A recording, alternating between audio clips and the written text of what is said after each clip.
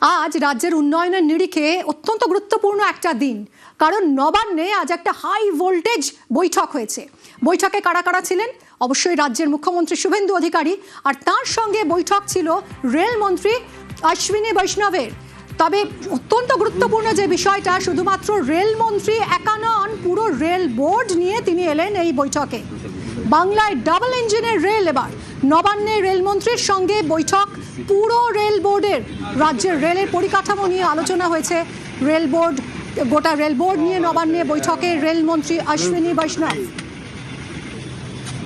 কথা বলবো সরাসরি আবির, আমার সহকর্মীর সঙ্গে। আবির, এই ধরনের ঘটনা, মানে রেলমন্ত্রী আসছেন সঙ্গে পুরো রেল বোর্ড নিয়ে, এটা তো বিরল ঘটনা। এটা কতটা সিগনিফিক্যান্ট? দেখো, আমাদের রাজ্যে এর আগে একাধিক রেলমন্ত্রী পেয়েছে। আমরা জানি যে গনি খান চৌধুরী তিনি দায়িত্ব সামলেছেন, দীর্ঘ সময় মমতা বন্দ্যোপাধ্যায় তিনি দায়িত্ব সামলেছেন, দীনেশ ত্রিবেদী তিনি রেলমন্ত্রী হিসাবে স্বল্প সময় দায়িত্ব সামলেছেন, এমনকি অধীর চৌধুরী, আমরা দেখেছি মুকুল রায়, তাকেও একটা সময়ের ক্ষেত্রে এই মন্ত্রকের দায়িত্ব কিছুটা সময়ের জন্য সামলানোর ক্ষেত্রে। এর আগে বিভিন্ন সময় জুড়ে নানা রেলমন্ত্রী যারা রয়েছেন তারাও পশ্চিমবঙ্গে এসছেন, বিভিন্ন রেল প্রকল্পের উদ্বোধন করেছেন, নতুন ট্রেনের তারা উদ্বোধন করেছেন, তারা বিভিন্ন বৈঠকও তারা করে গিয়েছেন। তবে এই প্রথমবার এই রাজ্যে দেখতে পাওয়া যাচ্ছে একটি বৈঠক হচ্ছে, যে বৈঠকে রেলমন্ত্রী, রেল বোর্ডের দায়িত্বপ্রাপ্ত যারা রয়েছেন তারা, রাজ্যের মুখ্যমন্ত্রী, রাজ্য সরকারের প্রশাসনের শীর্ষ আধিকারিকরা এবং তাদের মুখোমুখি কারা থাকছেন সমস্ত জনপ্রতিনিধিরা, এবং কারা থাকছেন জেলার যারা আধিকারিকরা রয়েছেন প্রশাসনিক স্তরের, তারা উপস্থিত থাকছেন।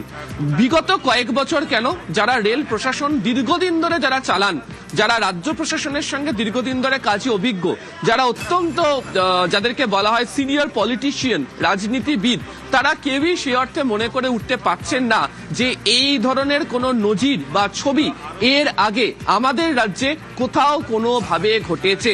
ফলে একসঙ্গে রেলমন্ত্রীর উপস্থিতিতে, রেল বোর্ডের আধিকারিকদের উপস্থিতিতে, এত জনপ্রতিনিধিদের সামনে, রাজ্য সরকারের মুখ্যমন্ত্রীর সামনে এই ধরনের বৈঠক হয়নি।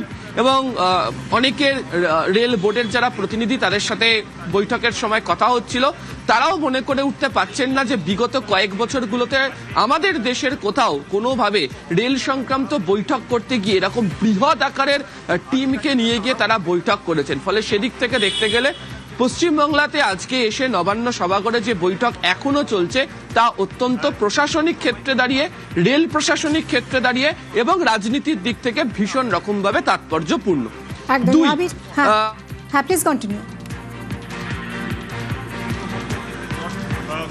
বিজেপির সরকার গঠন হয়েছে, তাদের তরফ থেকে কি বলা হয়েছিল যে ডাবল ইঞ্জিনের সুবিধা তারা রাজ্যকে দেবেন।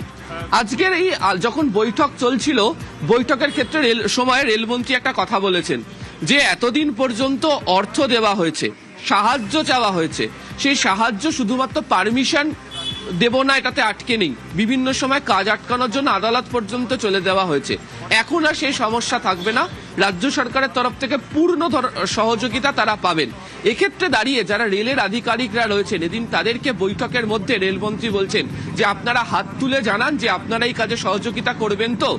এমনকি খানিক মজার সুরেও রেলমন্ত্রীকে বলতে শোনা গেছে, সবাইকে তো হাত তুলতে দেখছি না, হাত সবাইকেই তুলতে হবে, যে প্রকল্পের কাজ রয়েছে সেই প্রকল্পের কাজ শেষ করতে হবে, এবং এই কাজ শেষ করানোর জন্য যে যে ধরনের ভাবে এগিয়ে নিয়ে যাওয়া দরকার প্রশাসনিক আধিকারিকরা মনে করবেন তারা সেভাবেই তারা এগিয়ে যাবেন।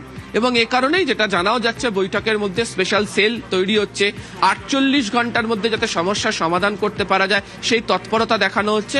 এবং খোদ মুখ্যমন্ত্রীকেও বলতে শোনা গেছে কে, কবে, কোথায়, কত পরিমাণ জমি রেলকে দিতে পারবেন। জাতীয় সুরক্ষার প্রশ্নের কথা তিনি যখন বলেছেন যে বিএসএফ কে যেমন দ্রুততার সাথে জমি হস্তান্তর করা হচ্ছে, রেলের ক্ষেত্রে সেই দ্রুততার সাথে জমি হস্তান্তর করা হবে।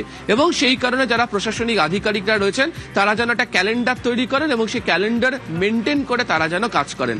ফলে আজকের এই যে বৈঠকের নির্যাস, রাজ্য এবং কেন্দ্রের বৈঠকের একসঙ্গে থাকলে সমাধান সূত্র কত দ্রুত খুঁজে বার করতে পারা যায়, এবং এই কাজ করার জন্য দিল্লি থেকে যে গোটা রেলবোর্ডকে তুলে নিয়ে এসে এখানকার জনপ্রতিনিধিদের মুখোমুখি বসিয়ে দিতে পারা যায়, সেটা আজকের এই বৈঠকের ক্ষেত্রে নজির।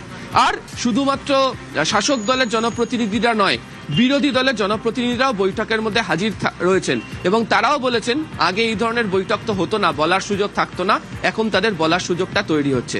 ফলে সমস্ত দিক বিচার করলে এই ধরনের বৈঠক এই রাজ্যের ক্ষেত্রে কার্যত প্রথম, এবং এই বৈঠক কার্যত নজিরবিহীন, যেখানে এত সংখ্যক প্রশাসনিক রাজনৈতিক প্রতিনিধি তাদেরকে হাজির করে এক ছাতার তলায় নিয়ে এসে বৈঠক করে সমস্যার সমাধান করা হচ্ছে।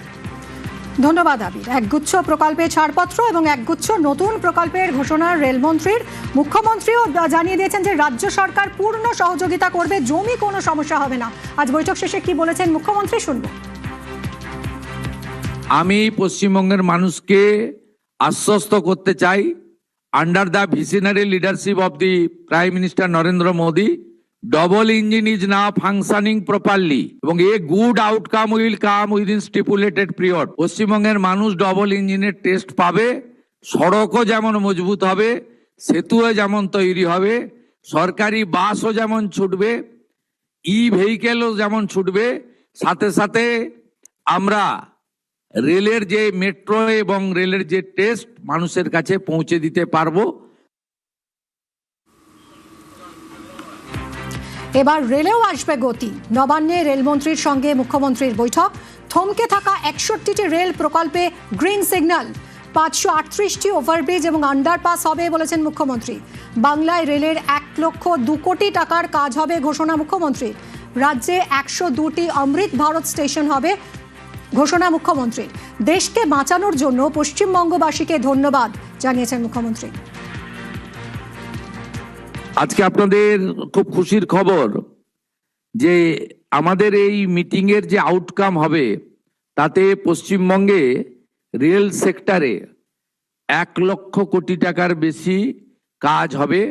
ऑनरेबल एमआर माननीय अश्विनी वैष्णव जी मुझे कमिट किया है, ये पूरा रुपया रेडी है, 1 लाख करोड़ रुपया हम लोग तुरंत ये काम करूंगा। এতে 102টি নতুন আমাদের অমৃত ভারত স্টেশন মডার্নাইজেশন হবে, আধুনিক মানের হবে এবং 538টা ফ্লাইওভার এবং আন্ডারপাসেস হবে। এর আগে যুদ্ধ ভাবছিল রেলের সঙ্গে বলেছেন আজ মুখ্যমন্ত্রী, শুনবো।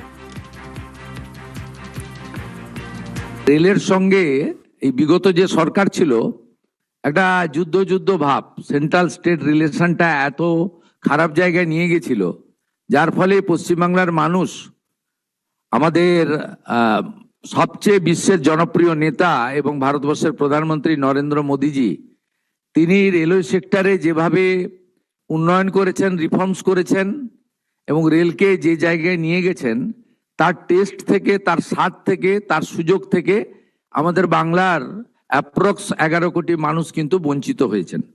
ইটস এ গ্রেট অ্যাচিভমেন্ট, একটা বড় অপরচুনিটি আমাদের ছিল। আগের সরকার রেল দপ্তরের সঙ্গে কথা বলেনি, রেলওয়ে মিনিস্টারের সঙ্গে যোগাযোগ করেনি।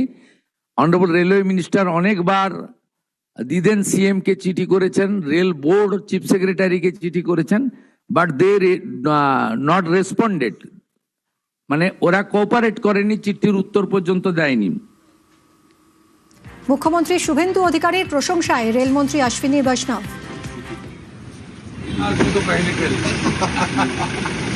जिस तरीके से आपने देश को बचाया है, बंगाल को बचाया है, उसके लिए आप सबका बहुत बहुत साधुवाद। बहुत ही सम्माननीय और लड़ाकू, जुझारू, बहुत एकदम मजबूत दादा सीएम साहब शुभेंदु दादा को मैं सबसे पहले नमस्कार करता हूं।